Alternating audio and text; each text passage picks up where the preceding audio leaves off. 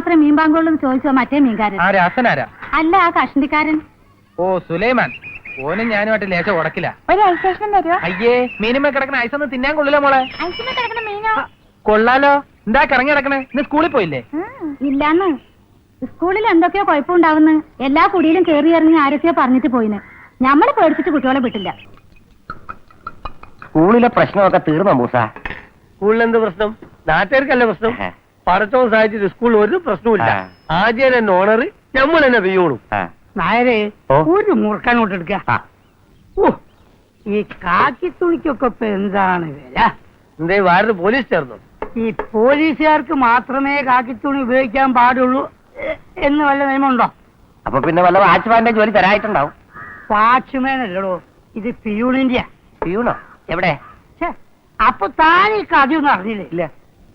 മേനോൻ ഇവിടുത്തെ സ്കൂൾ നടത്താൻ തീരുമാനിച്ചിരിക്കുക. അങ്ങനെ മേനോൻ സ്കൂൾ നടത്തുകയാണെങ്കിൽ അവിടുത്തെ പിയൂൺ ആരാ? ഈ വാര്. ഇവിടുത്തെ സ്കൂൾ മേനോ നടത്തേ? ആരാ അത് പറഞ്ഞേ?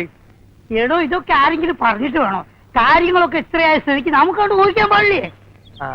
ലോകപ്പ് അവസാനിക്കും, ഞാനും എന്റെ കെട്ടിയോളും ഒരു തട്ടാനും മാത്രം ബാക്കിയായാൽ മതിയെന്നും കരുതി ചിലരൊക്കെ നടക്കാൻ തുടങ്ങിയിട്ട് കാലം കുറെ അതിന്റെ പരമായനെ.